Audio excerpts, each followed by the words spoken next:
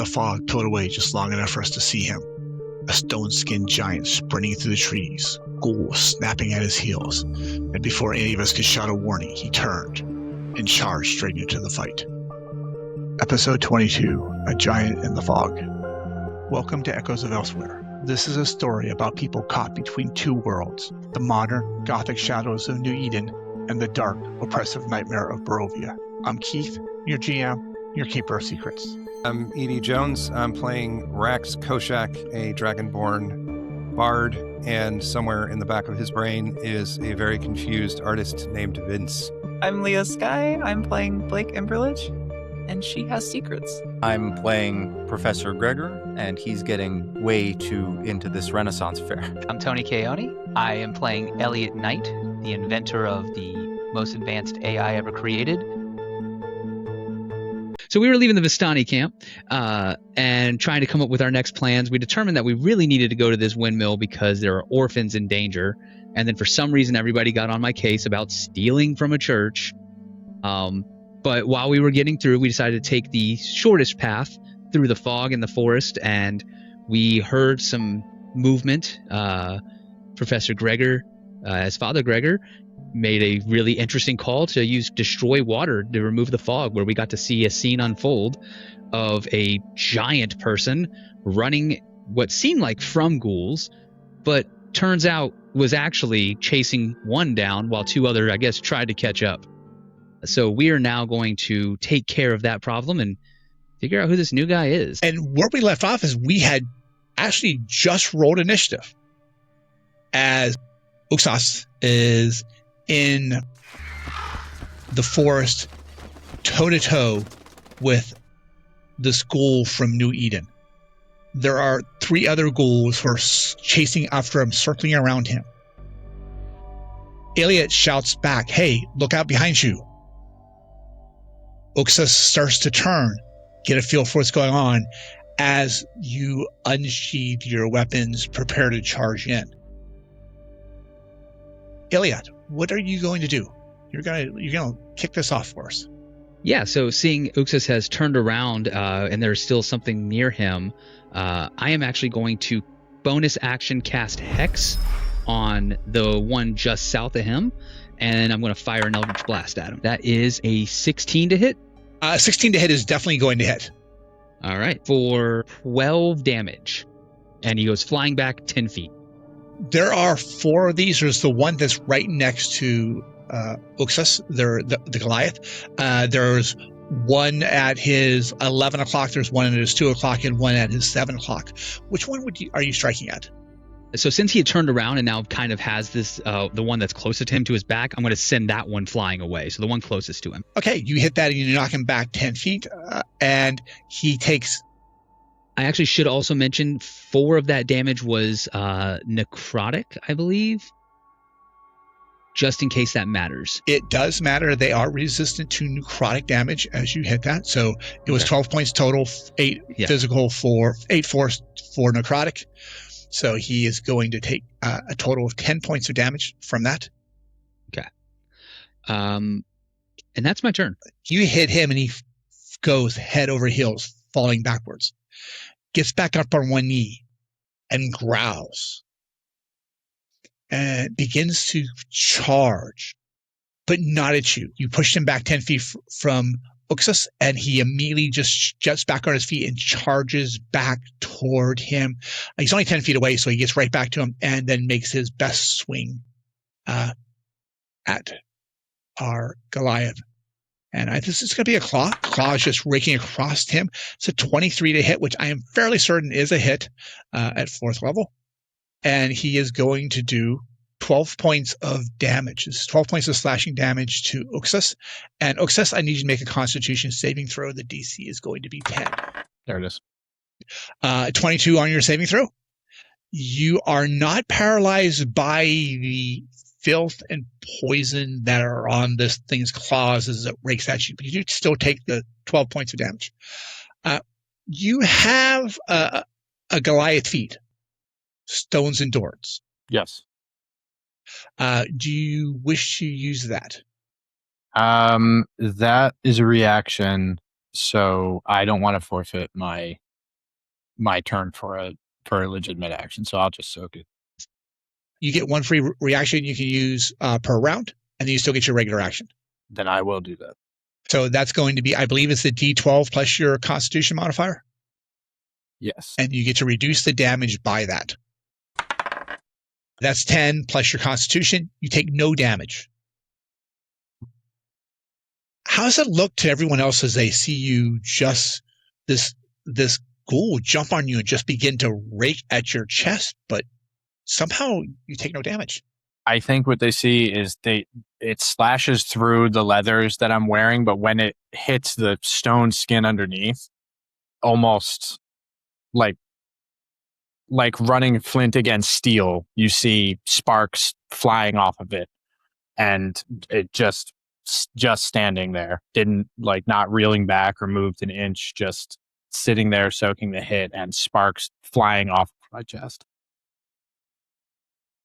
Also, just as really quick, I forgot to mention, with Hex, I'm choosing Strength as what they have disadvantage on. The second one gets up and starts charging forward, and it too charges toward Uxus, not yet aware of the threat of the other people coming in, seeing the one that they're chasing through the forest. It charges up and then makes its attack as well. And this one tries to just reach out and just bite you across the shoulder. That is an 8 to hit, which I'm pretty sure you are still muscled up from your enduring the last one. And this ghoul just clamps its teeth down on its shoulders, and you can feel a tooth break off as it can't penetrate your skin. Blake, we are coming up to you. Great. Yeah, we'll just go through the forest. It'll be fine. Blake's going to try to get under this. I know that they haven't seen her, but she's still going to try to find whatever cover she can. And bonus action, hide. There's lots of cover here. You can certainly attempt to hide. Go ahead and make a stealth roll for me. 9. Okay, so you are hiding in the bush. You've grabbed a few branches and pulled them in front of you. Okay, gosh, she doesn't like this, but she's going to shakily take out the rainbow throwing knife from Changeable Entertainment, and she's going to kind of close one eye and look at this barbarian, this very large man fighting the two ghouls, and yeah, she's just going to try to throw it into the backs of one of these ghouls. You can certainly do that. Yeah, that sounds about right. You throw this extremely colorful knife, and it flips, it just spins just one time, and it flies straight toward this as Uxus spins to this new threat around him, causing the ghouls to move out of alignment, and you peg the tree, and your knife is stuck quivering in the tree. Okay. Okay. Just gonna take a step back. That's it. I will say that even though you rolled a 9, you were behind this creature, and it didn't see you coming. So would you like to roll with advantage on that? Because you are hiding. Sure. I won't say no to that. 24. Blake, you asked a really important question to Madame Eva before leaving the tent. What's it like to have the gift of prophecy? You go to hide behind this tree, you pull your knife out, and you see yourself throwing it, you see it missing. And then everything rolls back. And you see Uxus and these two ghouls struggling back and forth. You know that Uxus is about to turn. You throw the dagger not where the ghoul is standing, but where he's going to be when Uxus turns, and you catch him. Please roll your damage with sneak attack damage as well. Yeah, okay. Love that. Yeah, Blake adjusts it and throws it into where the ghoul is going to be. And yeah, okay. 12 points of damage. 12 points of damage. Your knife goes through, and in your vision, you saw it hit the tree. The exact same throw, center mass in the back of the ghoul, striking it. It screams in pain, but it is still standing. That's it for Blake. Okay. And Finn, Uxas. The first thing I'm going to do is rage. How do you rage? What's it look like when you rage? So they hit me a couple of times, even though they haven't hurt me. I took a hit to the front, I took a hit to the back, and I just sort of explode in rage. Just enough. And then I'm going to enter rage, and I'm actually not going to hit him with the hammer. I'm going to grab the one closest to me and unarmed strike it. Because I've entered rage now. That my first thought is to just grab the thing in front of me and wail. Roll your attack roll. So with Tavern Brawler, you'll roll a d4 plus your strength bonus, which I think is a +4. But so unarmed strike, you rolled an 11 for this attack to hit. Unfortunately, as you are raging, as you throw them back off, you go to grab the one, and suddenly you see this colorful knife sprout out of the center of his back, and he reaches back to grab it, just falling back outside your grasp. You almost close your hand around his throat. You feel like if you could get your hand around his throat, you would crush it, but right now you can't. That's your action. Your bonus action. I'm assuming you don't want to move. no, I don't want to move. Okay. That puts us down to our next ghoul in the battle scene here. And he is also going to, this one has now seen people attacking from the other side. And as much as they were chasing after Uxas, he now sees this other threat coming down, and it runs toward the other threat, which happens to be Rax. Okay. The closest one to him. He runs toward it, and he draws back with his claw and rakes at you with a 22 to hit. Yeah, that very much hits. Okay. And that's going to be 14 points of slashing damage. Okay. Rude. Okay. And I need you to make a Constitution saving throw. DC is 10. All right, one second. Let me do the damage first. Okay. Con saving throw can do. That is a 5. You feel this claw just rake down your arm and just shred it. And as it does, your flesh begins to stiffen. Your grip tenses. You start to take a step forward and your leg freezes. And in this moment, you are paralyzed. That's fun. Rax, it is your turn, but at the moment you are paralyzed, there is nothing you can physically do. Fair. All right. I stand there. Okay. As you stand there and you try to fight this off, you realize that it only lasts for a few seconds. Your muscles are tight and sore, but you're able to move. You still can't do anything, but if something attacks you, you're not paralyzed going forward, Okay. Which could be very impactful here in a second. And then our last New Eden ghoul comes rushing forward. This one comes up and it begins to attack our barbarian as well. Again, trying to bite down onto his shoulders, trying to grab hold of something. 14, I believe, is going to miss, is it not? Believe so. Right now, I should have the benefit of unarmored defense, which is 10 plus my dexterity and constitution modifiers, which I believe makes me... I think that puts you at 13, though. Oh, yeah, it does. 1 under. So it comes over and starts biting at you. It bites for 20 points of damage. 11 of that is piercing, and 9 of that is necrotic. So I currently have Rage of the Wild Bear active, which makes me resistant to all damage but psychic, I believe. Then you take 10 points of damage. Okay.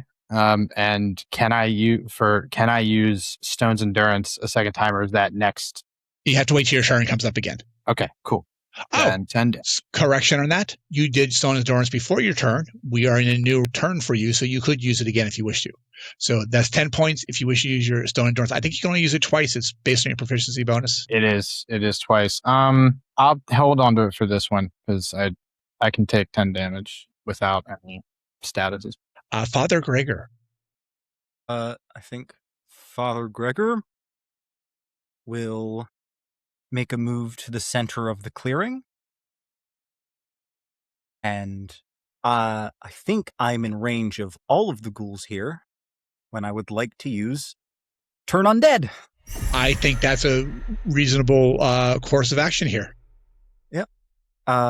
It raises the amulet.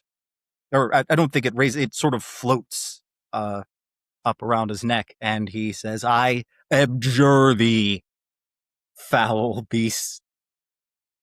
Goddamn ghouls, get out of my forest! And so I will do that here, mark the channel divinity, and they all make a wisdom save, DC 14. All right, I'm going to roll 4d20 here, and they have a +2 to their wisdom save. And I'm going to go clockwise around on this one. First one did not make it. The second one did. You said it's DC 14, correct? DC 14, yes. First and last one did not make the saving throw. The two in the middle did. So on their turn, they are going to run away as fast as they can. Can I see them just marked so that I know? I am definitely going to mark them for you. So I'm putting a little red dot on the two that failed. All right. So those two are fleeing. I also have a question about the paralyzation. I don't know if Rax is still, is Rax still paralyzed? Because I have lesser restoration that I can do as a bonus action, but I don't know if it's necessary if he's not still paralyzed. In this case, it's not. The paralyzation lasts mechanically until the end of your turn. See, these are weaker than the ghouls we're used to. He got hit, and then immediately his turn took place, and then he was unparalyzed. So yeah, there's no need for that then. Then I will just bonus action. Who's taken the most damage? Probably Rax. I'll hit him with a healing word then. Bonus action healing word. Heal for 9 points of healing. Okay, there's a healing word being cast. 9 points of damage, or 9 points restored. And I believe Elliot, you are coming up. All right. So just as a quick question, if any of those ones that are turned undead take damage, that turn undead stops, right? Yes. Or how does that work exactly? So if they take any damage, if Father Gregor dies or is incapacitated, then it ends early. Okay, so if I hit somebody into another one, that would count as taking damage. So I'd have to be careful about that. Yes. All right. Well, then I'm just going to blast the one that's in front of Rax off of this ledge if I can. You can. It's like a 3 or 4 foot tall ledge. It's not crazy. Nat 20, baby. Nat 20 I think is going to hit. So that is going to be. I'll do the. All right. So it's only 2 on the D6 die for the necrotic damage. Okay. That gets doubled as well. Okay. So 4 plus 10 plus my 6, I think, from charisma. So 16, 20 damage. Okay. Then and your charisma is not your charisma bonus is not double. Okay, so then it would be 10 doubled to 20, 2 doubled to 4, so 24 plus 6 for my charisma. Actually, I'm sorry, 10 doubled to 20.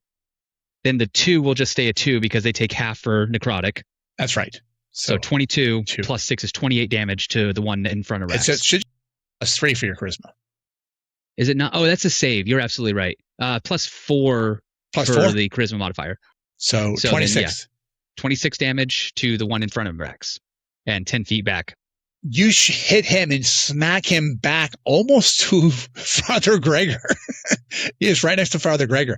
He looks messed up. There is the damage you do, what type of mark is it? Is it crushing force type blows? Are we seeing? Yeah, I think it's force damage. Yeah.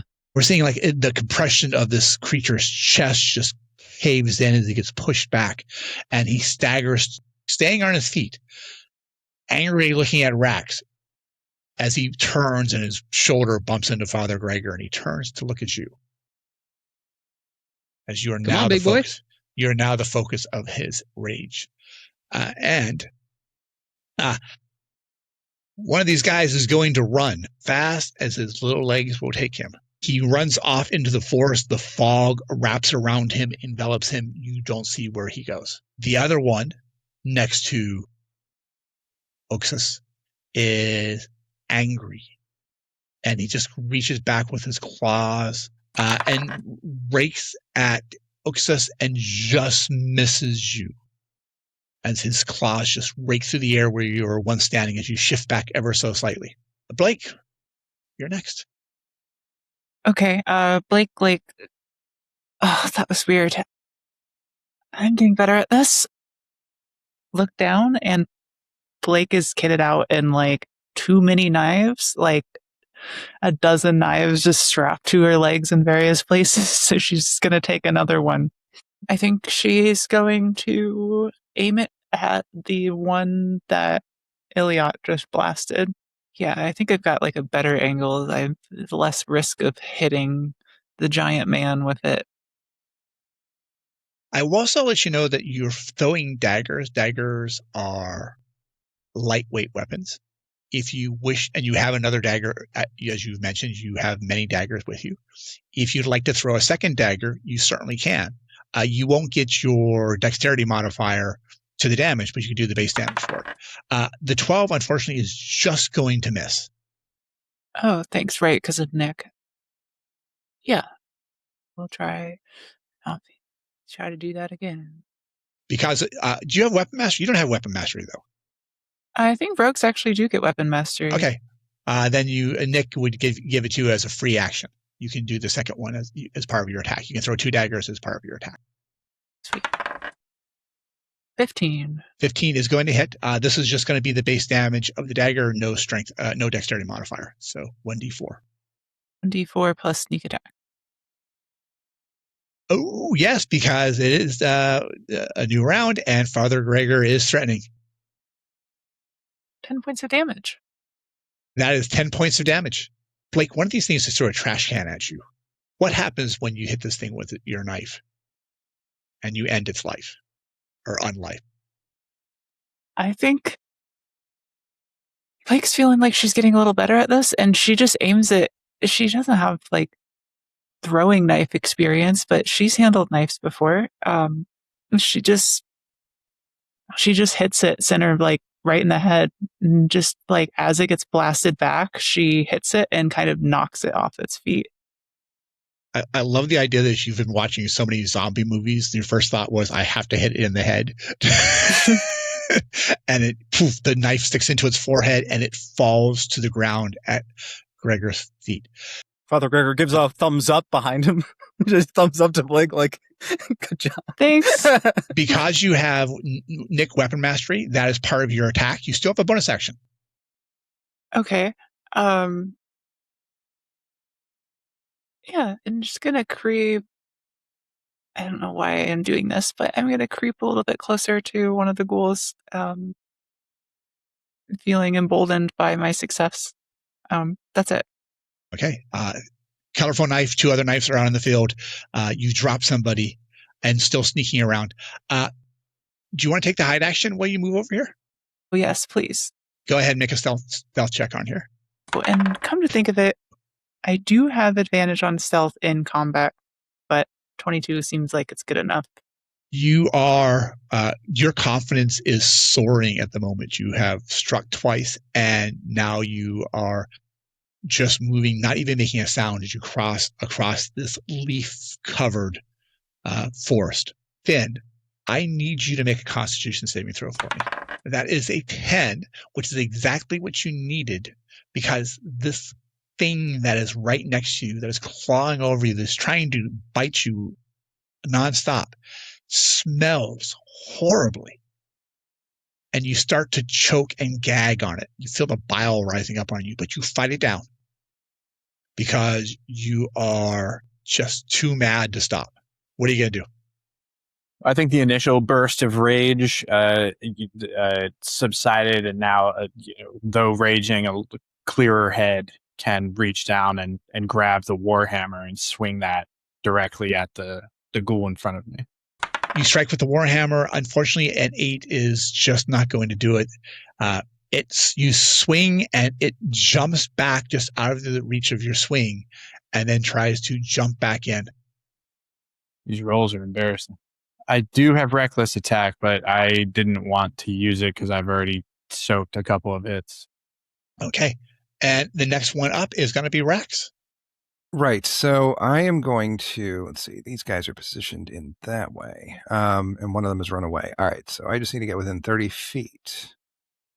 And, okay, move. There we go. So I'm going to get kind of here. That'll work. And then I'm going to cast Bane on those two.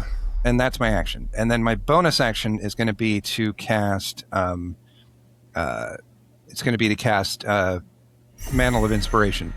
And I can do that to 2 people, so I'm going to give it to Finn, and I'm going to give it to Blake, and that just gives you temporary hit points equal to 2 times the number rolled on the Bardic Inspiration die. So I'm going to roll that, and what we have is you guys have, if this will flip and minimize, there we go. You guys have, ooh, nice. You guys have 10 temporary HP.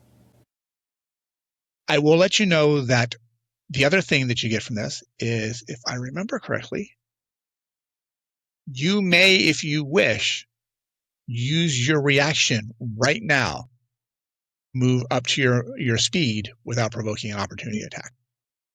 Flake, you're hiding. Finn, I know you're probably saving your reaction to do something else. So I don't know if you're going to do anything with that, but it is an opportunity for you. Unfortunately, both of the ghouls, as you try to cast Bane on them, they are focused so tightly. One tight on fleeing, the other one tight on Oxus, that they are unable to, your Bane is unable to break through whatever mental barriers they currently have. Well, that's just rude. Okay. That's my turn. Speaking of reactions, Oxus, the ghoul next to you, turns to run away. You have a attack of opportunity against it if you'd like to take it. I am going to take it. This would be another Warhammer swing. That's how I normally roll. That is an 11. 11, it's you swinging at it, and it runs and continues running away from you into the mist, into the fog, away from this, from the turn undead moment. Father Gregor, I need you to make a Constitution saving throw, please. Okay. Because this rotting corpse is laying at your feet. And there's a level of foulness associated with it. I rolled a 5, so not well. You find just overwhelming. Your eyes begin to tear up. You start to choke. You start to gag. And Poisoned? Until the start of your next turn. So for the rest of this turn, you are poisoned. You have disadvantage on attack rolls and abilities checks. Okay. On as a bonus action, I will cast Lesser Restoration, targeting myself, ending the poisoned condition. Okay. You are your bonus action. Father Gregor will then close with the remaining ghoul and attempt to attack it with his maul. Okay. Using the True Strike, so it's his wisdom. Indeed. All right. That's a 23, and the damage is radiant. So there's a crack and then a sizzle. And how much damage is that? Well, let's have a look. 11. 11 points of damage. You smash it, knocking it sideways.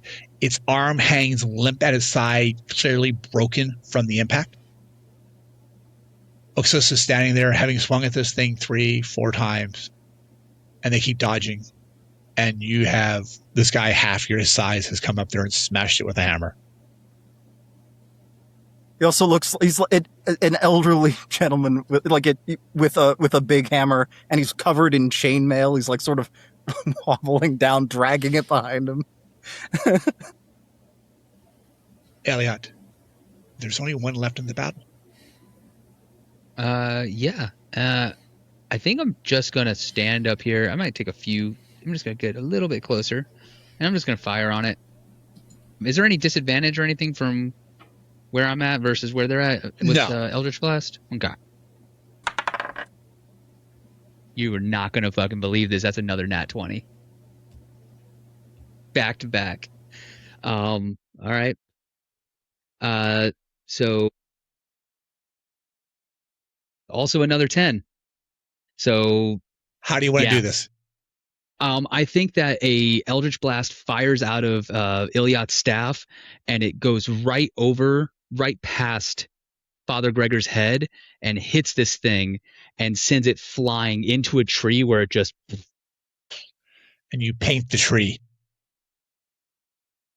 And with that, we are out of turn order, out of combat. 2 of the ghouls have run off into the forest. 2 of them have fallen. And you find yourself standing here with this giant of a man. Gray, stone-like skin. Very large hammer in his hand. Looking very angry. We are going to let the echoes fade as we'll stop here. And we'll pick up right after this fight.